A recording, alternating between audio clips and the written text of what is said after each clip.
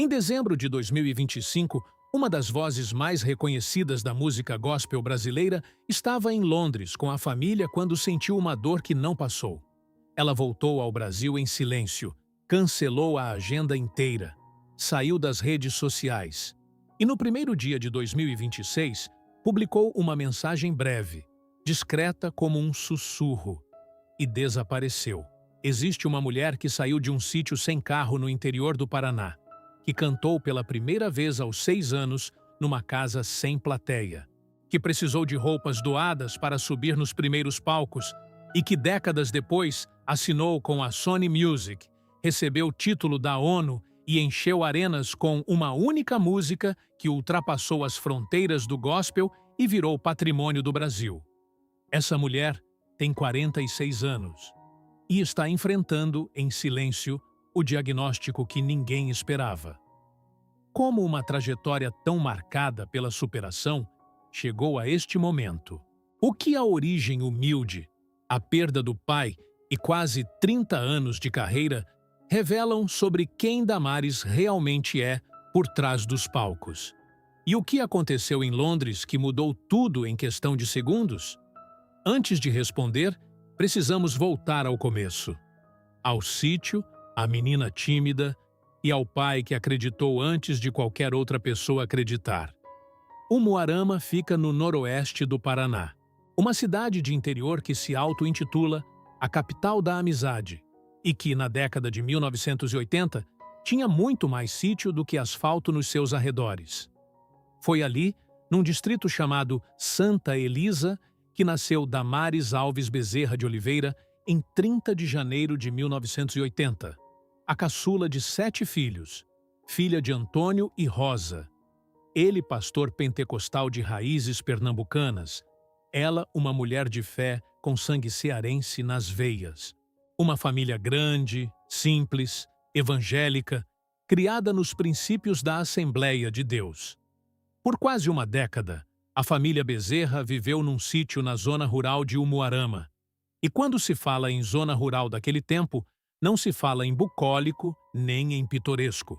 Fala-se em ausência, sem carro, sem conforto, sobrevivendo do que plantavam. As roupas que Damares usava para se apresentar, quando finalmente começou a cantar, eram na maioria das vezes doadas por outras pessoas, porque as próprias não eram suficientes. Para ir à igreja, a família caminhava. Não era uma igrejinha perto.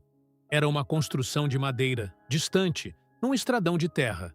Mas iam. Toda semana, iam. Foi nesse ambiente que Damares cantou pela primeira vez. Ela tinha 6 anos. Não cantou num palco. Não cantou num microfone. Cantou em casa, sem plateia, sem ensaio, e seus pais ouviram algo naquela voz que não conseguiram explicar em palavras simples. Seu pai, Antônio, dizia que era a unção de Deus, que Deus havia separado aquela menina antes mesmo de ela entender o que isso significava. Damares era tímida, profundamente tímida. O tipo de criança que abaixa os olhos quando um adulto desconhecido fala com ela. O tipo de menina que some num canto quando o ambiente fica barulhento. Nada nela sugeria que um dia ela estaria à frente de multidões de milhares de pessoas, com câmeras apontadas para o rosto, esperando que ela abrisse a boca e enchesse o espaço inteiro com a voz. Mas o pai via o que os olhos comuns não viam. Antônio Bezerra nunca deixou de acreditar. Quando as dificuldades financeiras faziam parecer impossível que sua filha gravasse um disco, ele tinha uma palavra. Quando as portas fechavam, e fecharam muitas vezes, ele tinha outra. Damares diria anos mais tarde, já emocionada numa entrevista, que seu pai sempre acreditou mais do que ela mesma. Que sempre havia uma palavra de vitória quando ela já não tinha mais força para sustentar o próprio sonho. Aos 16 anos, Damares casou-se com Aldori de Oliveira, seu primeiro namorado, com o consentimento da família. Um ano depois, em 1997, veio o primeiro trabalho musical, uma fita cassete chamada Asas de Águia. Não era um CD. Não era um contrato com gravadora. Era uma fita cassete, o meio que ainda circulava nas igrejas pentecostais do interior naquela época. Mas era um começo. A família mudou-se para Foz do Iguaçu, depois para Curitiba. E em cada cidade nova, Damares carregava junto a voz, a fé e os convites para cantar em igrejas e eventos que iam chegando aos poucos, um por um, sem glamour, sem estrutura, sem garantia nenhuma de que aquilo, um dia, se tornaria algo maior. Humilhações vieram, críticas vieram, portas fechadas vieram em quantidade. Havia momentos em que era impossível enxergar como aquele ministério poderia continuar existindo, quanto mais crescer. Mas Damares continuou. Em 1999, já em Curitiba, veio o primeiro CD de estúdio, lançado pela pequena gravadora Louvor Eterno. Depois outro, depois mais um. Cada álbum chegando com mais luta do que o anterior, cada passo custando mais do que o público que ouvia as músicas conseguia imaginar. E então veio 2004. O CD, intitulado O Deus que Faz, foi lançado quase sem alarde e saiu disco de ouro com mais de 100 mil cópias vendidas. Em 2006, Diário de um Vencedor repetiu a façanha.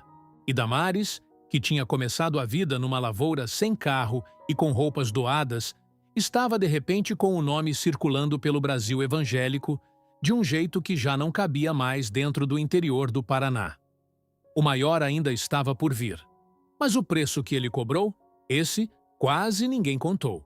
Em 2008, Damares entrou num estúdio para gravar o álbum que mudaria tudo. O disco se chamava Apocalipse, e o nome não foi escolhido por acaso. Havia nele algo de revelação, de virada, de um momento em que o que estava oculto finalmente vem à tona. Para Damares, foi exatamente isso. Um apocalipse no sentido mais literal da palavra. O momento em que o mundo inteiro finalmente a enxergou. O álbum vendeu mais de 600 mil cópias. Alguns portais gospel falam em quase 1 milhão. A faixa principal, Sabor de Mel, saiu das igrejas pentecostais e invadiu rádios seculares. Entrou em carros de pessoas que nunca tinham pisado numa Assembleia de Deus. Tocou em casamentos, em funerais, em festas de aniversário. Uma música gospel que ultrapassou as fronteiras do segmento e se tornou simplesmente uma música brasileira. Em 2009, Damares venceu o Troféu Talento na categoria Revelação. Um reconhecimento formal do que o público já havia decidido antes, que aquela voz era diferente, que aquela mulher tinha algo que não se aprende em escola de música, nem se constrói com marketing. Em abril daquele mesmo ano, ela cantou num congresso dos Gideões Missionários da Última Hora, e o site Gospel Channel Brasil transmitiu ao vivo pela internet, e o servidor caiu. A audiência foi tão grande que a estrutura digital não suportou. O Brasil inteiro estava ouvindo Damares.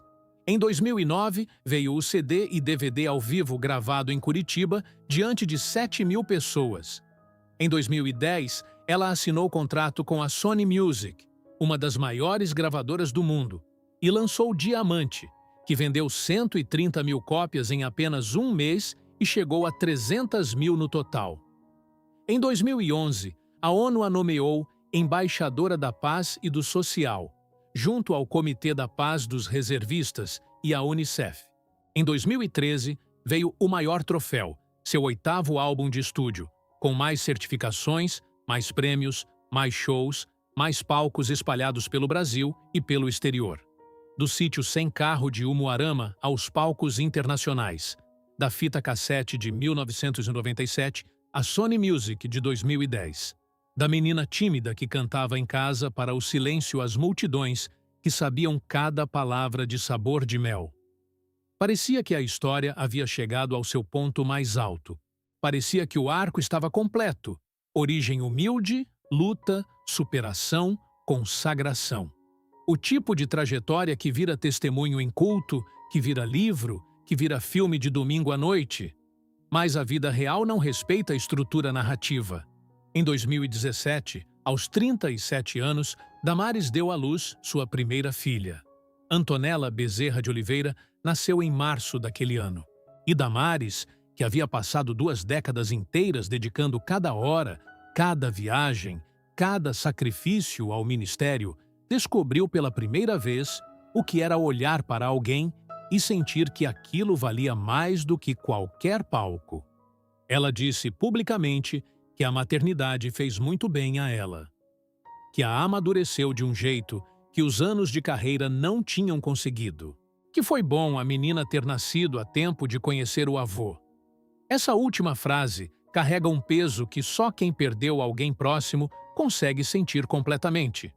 Porque em maio de 2018, o pastor Antônio Bezerra, o pai, o homem que acreditou antes de todo mundo, o que sempre tinha uma palavra de vitória quando ela já não tinha mais força, entrou numa mesa de cirurgia para uma operação no intestino. A cirurgia correu bem.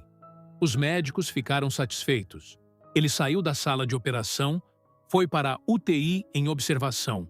Progrediu. Depois de 3 dias, foi transferido para o quarto. A família respirou. Mas, no dia seguinte, algo deu errado. Uma complicação que os médicos não previram. Uma deterioração rápida. Uma corrida de volta para a UTI. E então, 2 semanas de espera, de oração, de publicações nas redes sociais pedindo intercessão. Até que, na madrugada do domingo, 27 de maio de 2018, o pastor Antônio não resistiu.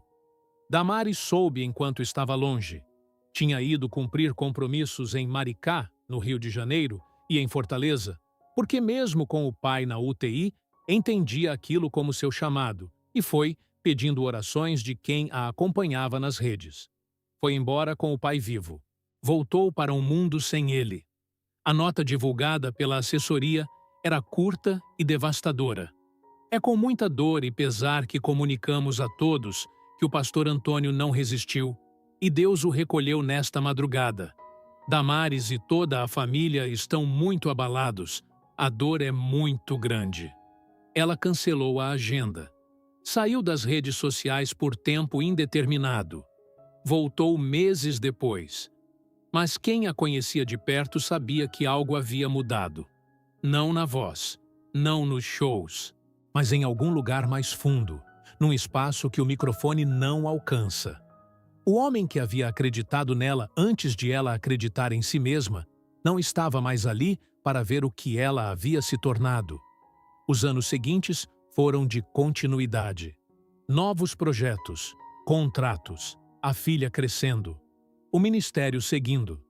Mas em algum momento do fim de 2025, durante uma viagem em família a Londres, Damares sofreu uma queda. A dor nas costas não passou. Ela buscou atendimento médico, fez exames, e o resultado veio com uma palavra que nenhuma quantidade de fé torna fácil de ouvir pela primeira vez. Tumor maligno. A família retornou ao Brasil imediatamente. O tratamento oncológico foi iniciado. E no primeiro dia de janeiro de 2026, Damares publicou pela última vez nas redes sociais uma mensagem breve, sem detalhes, pedindo carinho e privacidade. E então desapareceu dos palcos, das telas e dos feeds, que por décadas foram o seu território natural. Ela tem 46 anos, a mesma idade em que muitos artistas estão no auge, a mesma idade em que trajetórias como a dela normalmente ganham documentários, retrospectivas, homenagens em cerimônias de premiação. Damares estava numa cama de hospital, enfrentando o diagnóstico que ninguém esperava, e fazendo isso em silêncio, longe dos holofotes, da mesma forma discreta com que seu pai sempre disse que Deus age. Nos bastidores, antes de qualquer anúncio. Há uma ironia silenciosa na história de Damares, que só aparece quando você olha para ela inteira, de uma só vez. A menina que cresceu sem ter roupas suficientes para se apresentar, tornou-se uma das vozes mais reconhecidas da música gospel brasileira. A filha tímida do pastor que caminhava quilômetros numa estrada de terra para chegar à igrejinha de madeira, acabou cantando para 7.000 pessoas em Curitiba, transmitida ao vivo para o mundo pela internet. A mulher que precisou de roupas doadas para subir nos primeiros palcos assinou contrato com a Sony Music e recebeu o título de Embaixadora da Paz pelas mãos da ONU. E agora, no momento em que a vida a convida a parar, não o ministério, não a agenda, mas ela, a mulher, Damares está fazendo exatamente o que seu pai sempre fez nos momentos mais difíceis. Está quieta, está crendo, está esperando. O diagnóstico de câncer em estágio inicial, confirmado por familiares próximos e repercutido por múltiplos portais do segmento gospel, no início de 2026, ainda não foi oficialmente confirmado por Damares em detalhes. Ela pediu privacidade, pediu orações e pediu respeito. 3 coisas que raramente andam juntas no mundo das redes sociais, mas que ela, com a firmeza de quem passou a vida inteira sustentando o que acredita sob pressão, soube pedir com dignidade. A hashtag Força Damares foi aos Trending Topics. Lideranças religiosas, artistas do meio gospel e fãs de décadas deixaram mensagens que tomaram os comentários da última publicação dela como uma espécie de vigília digital. Silenciosa, coletiva, cheia de afeto. Porque Damares não é apenas uma cantora para quem a acompanhou desde Sabor de Mel. Ela é a prova viva de que a origem não determina o destino. De que uma menina sem roupa e sem carro num sítio do interior do Paraná pode, com fé e com trabalho e com a voz que Deus colocou nela, atravessar o Brasil inteiro e ainda sorar além das fronteiras. Seu pai não está mais aqui para ver essa batalha. Mas foi ele quem ensinou que as batalhas mais importantes não são as que o mundo assiste. São as que se travam em silêncio, de joelhos, num quarto sem câmera. Damares aprendeu bem. E quem já foi tocado por alguma música dela sabe, no fundo, que essa história ainda não terminou. Que essa voz ainda tem o que cantar.